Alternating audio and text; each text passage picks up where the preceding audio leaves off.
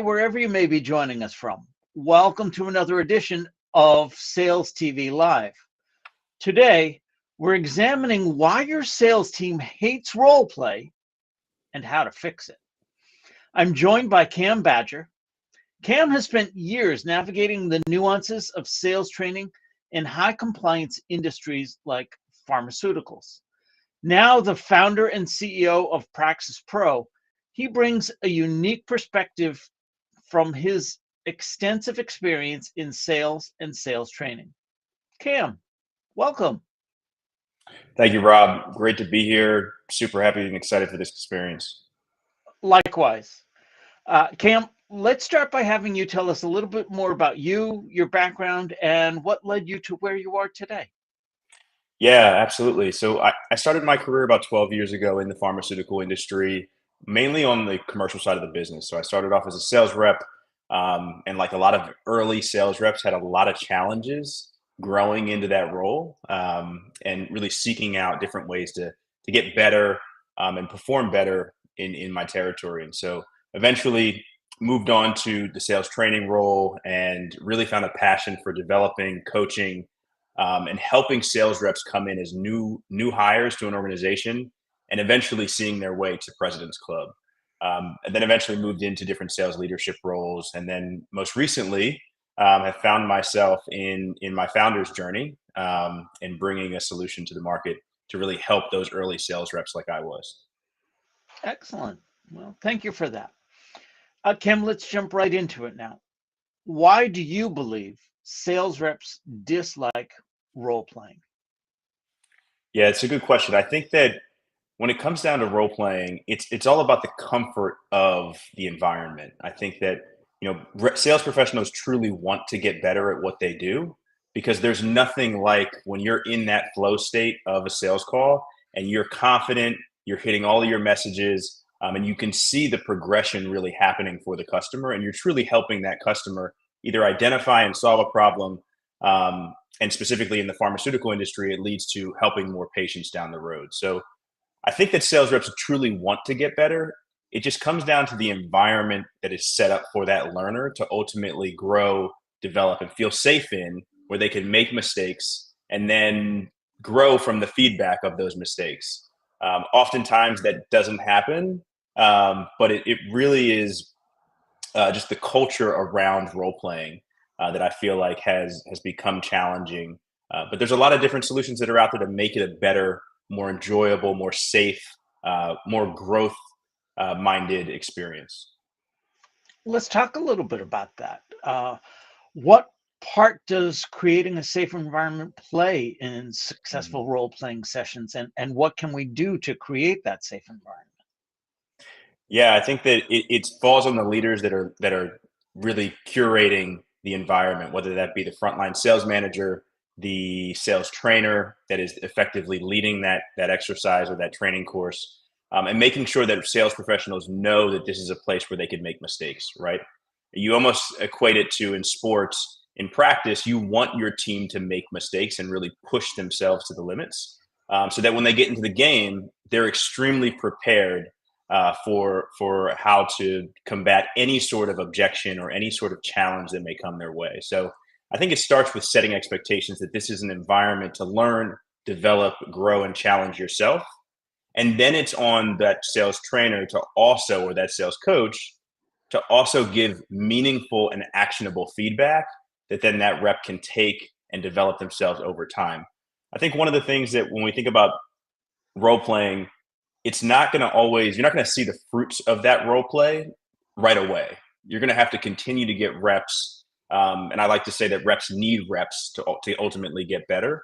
But you're going to have to continue to grow and kind of build on those role plays over time to really build that confidence level, to go out and make impact with your customers. In my experience, one of the reasons that sales reps don't like role plays is because it can be stressful. How Mhm. can managers facilitate role play without adding stress to the sales rep, without judgment? Yeah, I think that there's two parts of that, right? There actually is a healthy level of stress that comes with role playing that you want to create, right? There is an anxiety that comes with the role play, because that's a reality of the actual interaction that you're going to have with your customer. There's going to be a little bit of anxiety there when you're asking or challenging a customer to maybe think different or purchase your solution or whatever that may be. Um, but I think it starts with, again, that coach making sure that they're setting up their reps to be successful with the environment, and making sure that they feel like, hey, I'm here to help you. I'm going to give you some tough love and some tough feedback, but it's going to be actionable feedback that you can be better at coming out of this role play. And we can continue to go back and practice and practice and practice again to make sure that your confidence level with whatever the skill that you're trying to develop in that role play elevates, so that you can then go make impact in front of that customer. Can you give us some examples of effective role-playing exercises for sales teams of various sales experience levels? Yeah, I think that, when I'm in the pharmaceutical industry, one of the types of role plays that I used to like to do was called round robin, where we would actually have an entire message of a specific area of the brand or the product that we were selling, but we would break it down into little micro pieces, or essentially micro learning sessions for the sales professionals. We wouldn't have one specific rep stand up in front of the room and talk through that entire message, but we would actually have one rep talk through the opener, one rep talk through, maybe it was the efficacy of the product, one rep talk through the safety. So then that way they were learning and able to hear the rep before them and the rep after them, and what their messaging sounds like. And I would always coach our sales professionals to just take bits and pieces from everyone else's game and then eventually add it to theirs as well. But it's another way or another activity for sales reps to constantly message, get those reps in on specific parts of the message or of the selling process, and then continue to build on that as they go through different workshops and training within the curriculum. Okay. In that sense, how do you measure the effectiveness of Yeah. role play? Yeah, so I think that it's an interesting thing when you think about pharmaceutical sales training specifically, and then the effectiveness of that rep when they're out in the territory, because you only have that rep out of territory doing that training for a certain amount of time. Um, but what we do know is that when the rep gets into the field, they do have a field manager that is complementing that rep and is coaching them on a monthly or quarterly basis, right? So you're actually able to see the compound effect of consistent role play, consistent practice in front of the customer live when that manager is with them. Now, I think that's where the big challenge is now with the industry today, is that once the rep gets out into the field, how do you actually continue to develop that sales professional, continue to raise their skill level higher and higher, and then also raise their confidence level as they're out in the field? That is one of the challenges that we are seeing, because all of these organizations want to keep their reps in territory. They want to keep their reps in front of their customer. And that's where a lot of the actual skill is seen by the field manager. So right now it's observed by the manager, but we want to find different ways for them to continue to develop their selling skills on the go, anytime, anywhere, and be evaluated by their manager on how those skills are being developed. So, how do we balance the um, in field with Mhm. bringing them back to HQ for training? What type of cadence should we have there? How often Yeah. should you include a um, a role playing training in a sales professional's ongoing training and development? Yeah, I think that there's the power of role play. It needs to be used daily, in my opinion, from a sales professional's vantage point. I remember being a young rep in my car. I remember being a tenured rep in my car, going from customer to customer and just verbalizing the message out loud, so that I could get as many consistent times verbalizing what I was going to say when I was standing, in that hallway trying to impact a doctor that I may only have 30 seconds to 2 minutes to really make an impact with. So I think that there needs to be a way for reps to practice in a way that's dynamic and offers actionable feedback on a daily basis. What I don't want to do is neglect the power of the in-person experience that happens at all of these companies, right? It's definitely a culture building experience. It's definitely a way to connect with your coworkers in ways that you otherwise are not, because a lot of these sales professionals that are in outside sales are on an island, right? They are in their territory most of the time, and it can be a very lonely job. So I completely understand that, and the culture that organizations want to build. However, I do believe that there needs to be more dynamic ways for reps to own their learning and development in their territory, where and when they need it the most, which is as they're going from customer to customer. I want to dig into that a little bit. You said reps should be owning their development. How do we foster that sense of ownership? How do we, first of all, just make sure they understand that's part of their job? Because that's not commonplace, is it?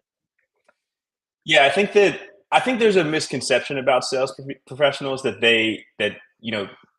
that we already know everything about our customer. We know how to message to our customer. We have this amazing relationship that moves the sale process forward.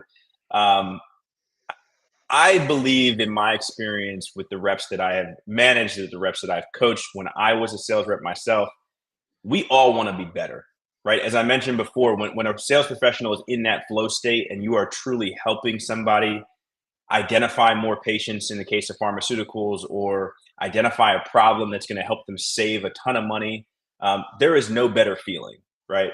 So I do believe that sales professionals want to be the most prepared that they can be going into interactions. I do believe if they had the appropriate tools that truly fit into their workflow, um, would take advantage of those tools to make sure that they were at the top of their game. You see a lot of sales professionals that come out of previous athletic histories, right? Where they played sports in high school, maybe even in college. Hyper competitive individuals that come into a hyper competitive landscape from a career perspective as well. So when we think about the competition aspect, sales professionals want to be the best. They want to be at the top of that leaderboard so that they can ensure that either they're getting they're getting the accolades that come with that, and the other resources that come with that. But in order to be at the top of that leaderboard, it's all about your skill level, right? And how good are you in front of the customer? And I think that the core of that starts with how well can I develop my selling skills to eventually be at the top of that leaderboard. I want to come back to something we touched upon when it comes to uh, the role play, creating a safe environment, adding Mhm. um, without adding stress or judgment. What are the best ways to provide constructive feedback during the role play session, and how do you reinforce that after the fact? Yeah, early and often. I think that feedback needs to be something that is given directly, knowing that it's coming from a place of pure development and wanting you to get developed. Um, but it needs to happen as soon as possible and as often as possible in the learning process around what could be better. The interesting thing specifically, and I know I keep going back to the pharmaceutical industry, but pharmaceutical industry is really focused on when reps go into new hire training, at least it's very focused on compliance certification. So as the rep is going through their new hire training, doing their role playings, everything that they're doing is focused on how do I complete that certification at the end of this training scenario or training class to make sure that I'm certified to then go out into the field. So as a sales trainer, as a sales leader, we really work hard to ensure that sales reps are the most comfortable that they can be, but are still challenged. We still want to put them in that kind of box of anxiety a little bit that they will be in front of their customer. but make sure that they can hit their message appropriately and compliantly to make sure that they can then go out into the field and make impact, and not put the organization at risk from a compliance or off-label messaging perspective as well. But I think, again, it starts with the environment that is created by the leaders in that room, to make sure that the sales reps are able to be impactful, to grow in that time, and then go out and make impact.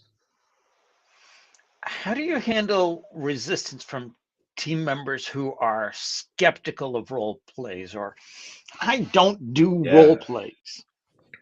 That's a great point. And oftentimes you find that at a lot of these sales meetings, you've got cliques that kind of get together and they're like, hey, I'll role play with you, and you be the doctor, and I'll take it easy on you. And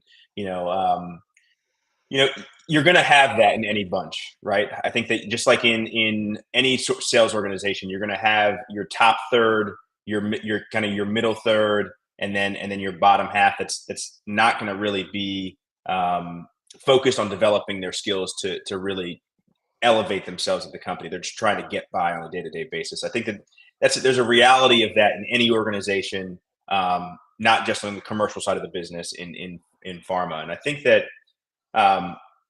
those sales professionals that have struggled with the idea of role play have been in bad situations. They have had previous trauma, if you will, around role play that hasn't really helped them. So I think that there are a lot of ways that we are now seeing, whether it's AI be used or different ways to help that sales rep create a new dynamic experience for them, that could actually challenge them. And I think that's what a lot of those more tenured sales professionals that have been in the industry, 10, 15, 20 years, they want to be challenged. And the traditional way role playing happens, because in the pharma industry it's so prescriptive a lot of times, it's not the most challenging. And so we're actually trying to find ways to solve that problem for that more tenured rep, to challenge them, push them in ways they haven't been pushed, and give them a new dynamic experience that really fits where they are in their career. So there used to be a day where you just pull everyone into a room and say, hey, we're going to do training. We're going to do role play. We have more and more virtual teams, remote teams. And then to your point, we have the field sales where it's just not feasible to do that regularly. How can these virtual teams effectively implement role-playing exercises? Yeah, it's a good question. I think the virtual teams have a lot more tools than the outside sales teams have. You look at platforms like Gong, you look at platforms like Dialpad that are able to be in this virtual world with us, give us feedback, allow us to even go back to the recording of the interaction and hear ourselves. And while that's great, I think that's exactly what the outside sales teams want in certain ways. But there's not a lot of those solutions that fit into the pharmaceutical industry, specifically because of the compliance and regulatory landscape that these companies operate in. And I think that is an area of the industry that really needs solutions to give that type of feedback that is aligned to that organization and that sales rep's workflow. Pharma is very different from a lot of other outside sales and even inside sales types of roles. But I do see a lot of tools that are out there that are used in inside sales that would provide value, but it's tough to make it fit into the outside sales, into that world. That makes sense. Let's talk at a higher level for a moment. Let's talk about mindset. What mindset shifts are necessary to make role playing a positive and impactful training tool? Yeah, I think that it's going to be a shift from, I think, by how the role playing happens. How do we present role playing in a way that can, again, add value? That's what we need to focus on. Does the actual role play add value to the sales rep, to the user, to the learner. And if we can find a way to do that, I think that's the heaviest lift. Once a sales rep says, "Hey, I did this role play through this platform or through whatever method, and I immediately felt like I was better in that interaction," that's where you're going to win over those sales reps that you mentioned before that may cross their arms when they think about role playing or team up with a friend that they haven't seen in a long time at the next national sales meeting. So I think it's how we reframe role playing and see the value coming out of it, that then will get sales professionals to continue to go back to it. But again, I think that begins with the leadership setting expectations, creating an environment that is conducive and works well for the learner and for the sales rep. Um, and then you acknowledge that sales rep that has gone through it, done a very good job, and has gotten feedback. And I think that there's ways to highlight sales professionals, and I think that sales professionals want to be highlighted for the work that they do, and shown what good looks like, or what the best type of role play was, or how that sounded, and that helps the entire organization, right? That hearing somebody else's message that is working well, that is out performing in their territory, that really helps build a culture of learning, a culture of development, and a culture of owning your skill development, as you kind of move through your experience at an organization. I think you really nailed it there with the add value part. I think the resistance that I had alluded to comes from the mindset that this has always been a waste of time. This will always be a waste of time. And that's a dangerous road to have your sales team go down, because there are those that haven't necessarily had the exposure to a bad role play process, but now they are, like you said, part of that clique, part of that group that just tags along with it. What about when it comes to new products, new services, or market changes? So often those are delivered in a quick snippet. Here's the memo on the latest change. Talk to me about your opinion on role play in that kind of scenario. Yeah, I think that's maybe the one time that it's actually accepted, right? Because no sales rep wants to go into an interaction with a customer, and a lot of times in the pharma industry specifically, the healthcare providers know when a new indication's coming out. They know that something's coming from a company, and they want to learn more, whether it's about the mechanism of action of that specific indication, or how it can be dosed, or the appropriate patient. Um, so they want the information, and that's when a sales rep wants to be on their A game, right? They see an opportunity. They don't want to be in front of their customer and not look like the expert. So when we do have those new cycles, new meeting cycles, new material, new brand indication, you do see a lot more willingness to role play. Where I think that the challenge there even comes in, and this kind of goes back to this core challenge around role playing, is in pharma, the messaging is so prescriptive, right? You have only so much that you can actually say, because you have to stay on label. You have to stay within the appropriate compliant message. Now, I think that that's okay. I think that there's ways to be impactful in your sales interaction with still staying on message, because those brand messages are highly researched by marketing teams, and evaluated before launched. However, I think there's so many other nuances around sales, that you can add in and weave into your messaging. For example, tonality. How do you use the appropriate tone to make sure that you're emphasizing on certain areas of your message, right? How do you maybe slow down your conversation when you're focusing on a more important piece that you want to focus on? Or implementing pauses, asking really good questions. What type of questioning techniques are you asking? How are you challenging the customer to move forward in different areas of the selling cycle? So I think that there's so many other ways that we can weave in new techniques, or different techniques that aren't always taught in pharma, because it's so compliance driven and focused. that can, again, make the role play experience way more impactful. Again, adding more value to the sales rep, making them a better professional, and having them rave about your company's sales training platform, because you're truly upskilling them. Again, when we think about sales, upskilling them to then bring their confidence level up so that when they go and see that customer, they are the most impactful that they can actually be. Excellent. Kim, this has been great. How can people learn more? Where can they get in touch with you? Yeah, absolutely. Here on LinkedIn, Cam Badger on LinkedIn. PraxisPro, our company page, is also on LinkedIn. PraxisPro.ai is our website. We're excited to be launching an AI-enabled sales training tool specifically for the pharmaceutical industry that is designed truly for the industry.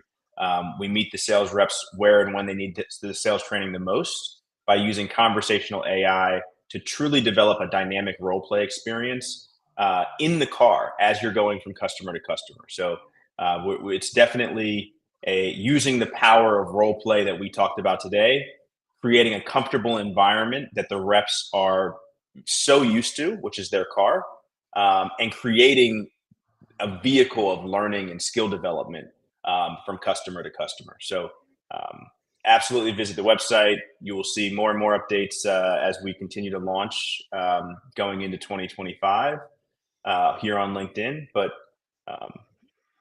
follow the journey there. Excellent.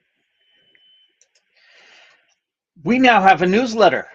Don't miss an episode. Get show highlights, beyond the show insights, and reminders of upcoming episodes. You can scan the QR code on screen or visit us at SalesTV.live/newsletter. This has been another edition of Sales TV Live. On behalf of the team here at Sales TV, to our guest Cam, and to our audience, thank you all for being an active partner